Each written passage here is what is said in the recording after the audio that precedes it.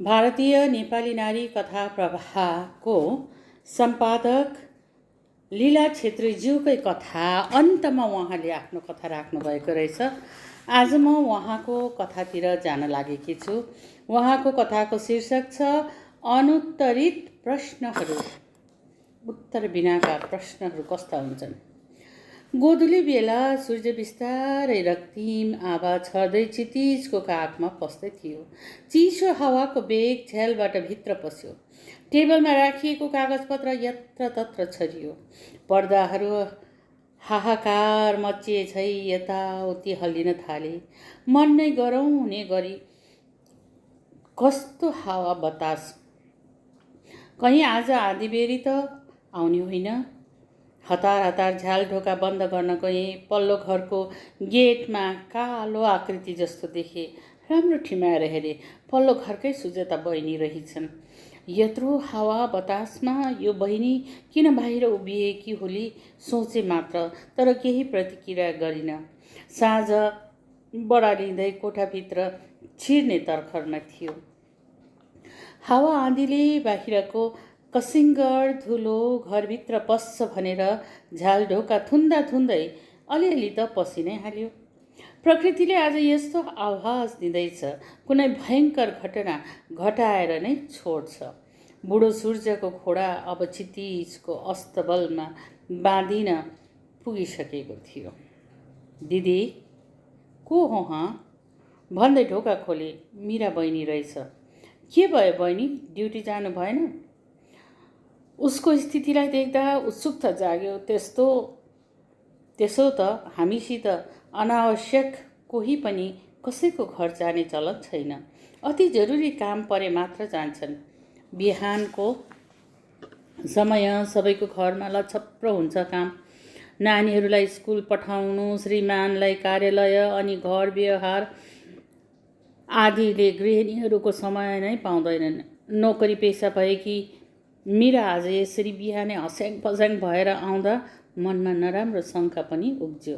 दिदी एउटा कुरा भनौँ कि नभनौँ को दुविधा परे कि उसलाई कुरा भन्न अप्ठ्यारो परे जस्तो छ। के कुरा भन्नु न बहिनी। मलाई उसको स्थितिले कौतूहल जगायो। मनमा कता कता ठुलै कुरा हुनुपर्छ जस्तो लाग्यो। दिदी पल्लो घरको सुजाता भाउजू त अस्ति राति नै घर छोडेर गएछिन् हगि। तपाईँले सुन्नुभएको थिएन? मीरा अलिक सहज भइन्। कहिले? मैले त सुनेकै थिइनँ त। आश्चर्यचकित भएर सोधे। अस्ति क्या, हावापानी आएकै दिन। मीरा बहिनीले निर्दिष्ट समय नबताए पनि निर्दिष्ट स्थिति अवगत गराए। ए बहिनी, साँझ पख मैले सुजाता बहिनीलाई गेटमा उभिरहेको देखेकी थिएँ, तर त्यति वास्ता गरिन नि। कहाँ गइछिन् त्यो त मलाई थाहा छैन, तर घरमा पुरा झगडा भएछ र दिनेश दाजुले पनि भाउजूलाई निकै कुटेछन् है।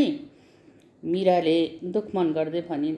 मीरा र दिनेशको पारिवारिक सम्बन्ध निकै बलियो थियो, यसैले उसलाई सुजाताले घर छोड्नुको पीडा बढी नै छ। बिचरा त्यो बहिनी, नानी सानै छन्। नानी चाहिँ कहाँ छन् नि? मैले फेरि सोधेँ। नानी घरमै छन्। नानीलाई अब भाउजू नआइन्जेल मै राखौँ भनेको। मीरा बहिनीले एउटा सही छिमेकीको उत्तरदायित्व वहन गर्ने सोचेछिन्। मनमा सोचे मात्र उनलाई केही भनिन। मीरा बहिनी एखुरो बोलिरहँदा मेरो मनका विचारहरू मेरो आँखा लक्षित दिशातिर निर्विमेष भइरह्यो। प्राय नै दिन बिराएर त्यस घरमा झगडा हुन्थ्यो, तर कहिले त्यो बहिनी घर छोडेर गएकी थिइन। घरकै छेउमा यति ठुलो काण्ड भइरहँदा पनि मैले 4 दिनपछि थाहा पाउनु आफ्नो एकनासी व्यस्तता नै होला, वा त सधैँको स्थितिमा अभ्यस्त हुनु हो जस्तो लाग्यो। वरिपरिका घटनाहरूमा ध्यान नदिनु वा मेसो नपाउनु मेरो जीवनको अँध्यारो पाटो नै हो। यस्ता कमजोरी अरूलाई पनि थाहा भएकै हुनाले अरू कोही मबाट नयाँ कुरा सुन्न होइन, पुरानो भइसकेको खबर सुनाउन आइपुग्छन्। स्कुल जानु, घरको काम, नानीहरूसँग अल्झिनु, त्यति नै मेरो मुख्य दिनचर्या अनि कर्तव्यको संसार भएको छ। कसलाई के परिरहेछ, वरिपरि कस्तो घटना हुँदैछ, चासो लिने शुद्धि हुँदैन। परिवार भन्नाले मुठै 4 प्राणी हौँ, तर त्यसैभित्र म जेलिएकी छु। आफ्नो कर्तव्यको घेराबाट उम्किएर बाहिरको स्थितिलाई च्याउनसम्म भ्याइराखेको हुँदिन। म आवश्यकभन्दा बढी आफूलाई व्यस्त राखिरहेछु। यसरी असामाजिक बनिनु पनि मान्छेको गुण होइन नि। हुन त कहिलेकाहीँ सुजाता बहिनी आधा रातमा चिच्याउँदै निस्किन्थिन्। मैले जाऊ न हेरिदेऊ के भएछ भन्दा अर्काको घरमा चियो गर्ने होइन भन्दै हप्काउनुहुन्थ्यो श्रीमान। हुन त लोग्ने स्वास्नीको झगडामा पर्नु पनि त राम्रो होइन। 2 दिनमा उनीहरू मिलिहाल्छन्, तेस्रोलाई आगोको लप्कोले भेट्छ। एउटी छोरी आशा लाग्दी, त्यसैको मुख हेरेर त ऊ यतिका वर्षसम्म बस्न सकी। कसरी होला आफूभन्दा 3 गुणा बढ्ता उमेर भएको व्यक्तिसँग बिहे गर्न आइपुगिन् सुजाता। दिनेश दाजुको पहिलो पत्नी स्वर्गीय भएको 2 वर्ष पनि भएको छैन। 2टी छोरी बिहे भइसकेका, 2टा छोरा बाहिर पढ्न गएका छन्। घरमा आमाको कमी पूरा गर्न ल्याएको हो भने पनि आफ्नो उमेर सुहाउँदो हेर्नुपर्ने नि। सुजाता त उसको सानो छोराभन्दा कान्छी देखिन्छ। हाँस्ने खेल्ने उमेरमा उसले यत्रो ठुलो घरको जिम्मेवारी कसरी सम्हाल्न सक्छिन्? पुरुषलाई किन कोपिला नै रुचेको फक्रन नपाई पत्रदलहरू चुडालेर फ्याँक्नलाई। कहिलेकाहीँ देख्थे सुजाता सौतेली छोरीहरूसँग हिँड्दै गरेकी, नाक नक्सा सुन्दर बान्की परेकी, कपाल कम्बरदेखि तलसम्म हेर्दा राम्रै घरकी जस्तो देखिन्थिन्। हाम्रो भेट कहिलेकाहीँ हाम्रै गेटमा हुन्थ्यो। 1-2 कुरा गर्यो उनी आफ्नो घर पस्थिन्, म मेरो। भलाकुसारी छोडेर अरू कुरा हुँदैन थियो। तर उनी मसँग आकर्षित हुन्थिन् भन्ने हेक्का मलाई थियो। यद्यपि दिनेश दाजुको स्वभावलाई बुझेर उति हेमकेम बढाउन्न। स्त्रीको जीवन पनि कस्तो पानी जस्तो, जुन भाँडामा हाल्यो त्यही आकारमा ढल्नुपर्ने। घरमा एकजना काम गर्ने भए पनि प्राय सुजाता छोरीको हेरचाह, भान्सा, जुठो भाँडो र साफसफाइको काम आफै गरिरहेकी देख्थे। सायद आफूलाई व्यस्त राख्न पनि यी धन्दाहरूमा संलग्न हुन्थी हो। उनका इच्छा, आकाङ्क्षा र रहरहरू बुझेर त्यस घरमा निश्चय पनि कोही थिएन। घरको परिवेश नै त्यस्तो थियो, सायद स्वार्थी परिवेश, सपना जस्तो लाग्छ।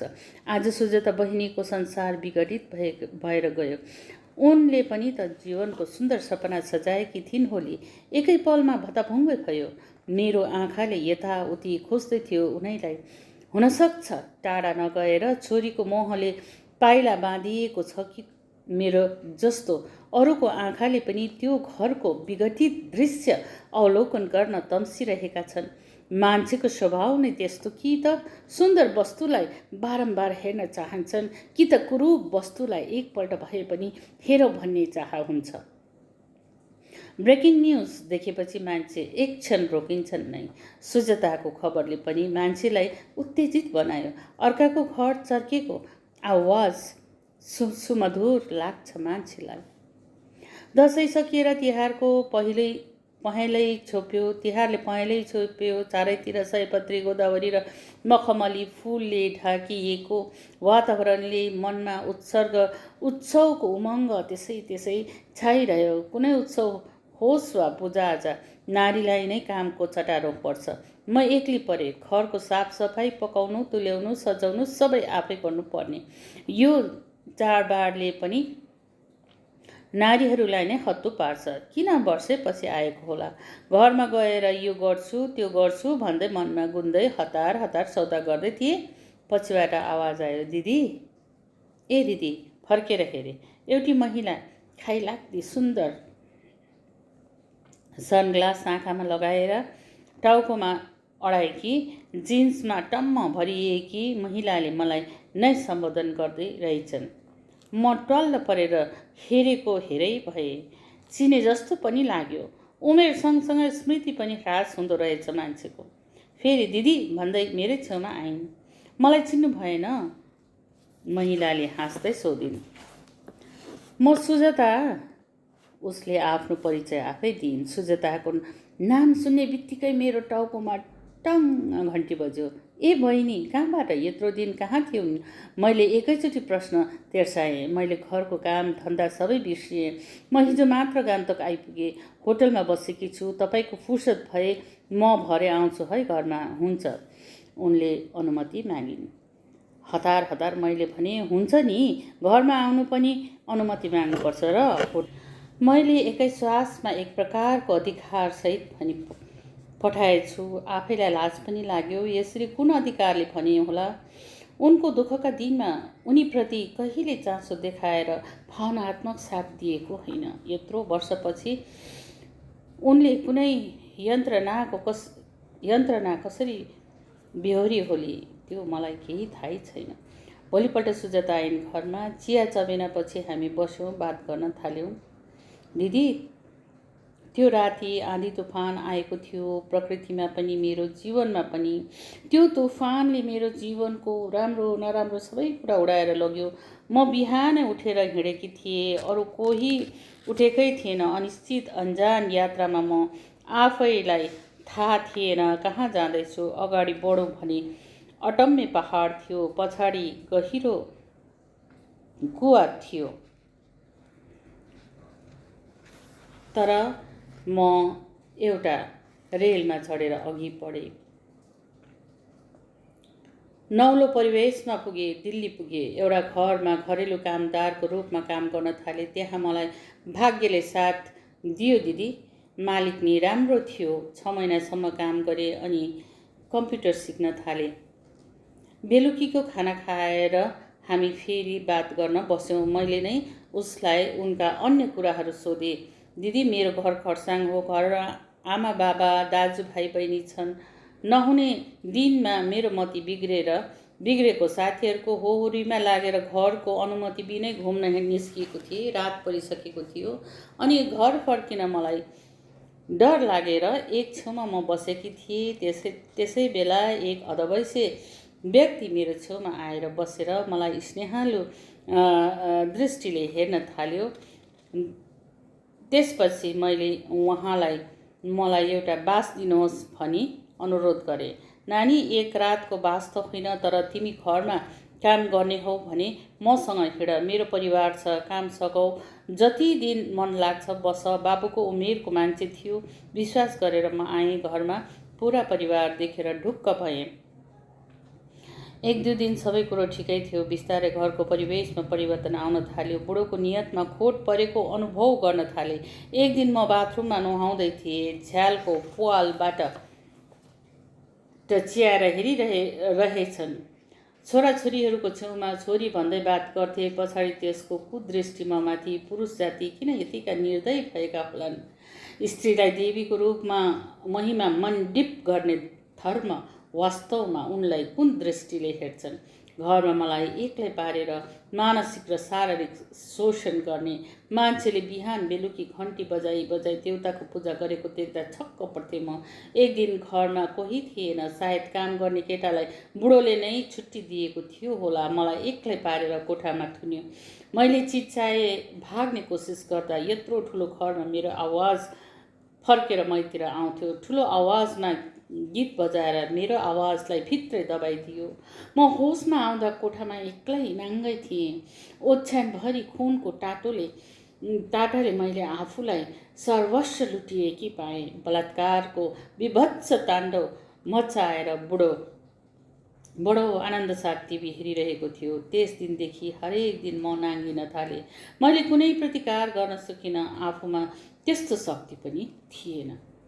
जब छोरी पेटमा आयो, लोकलाजको डर देखाएर विवाह गर्न विवश बनायो। सुरुमा छोराछोरीहरूले प्रतिवाद गरेको त तपाईँलाई थाहै छ। त्यसपछि मामला चिसिन गयो।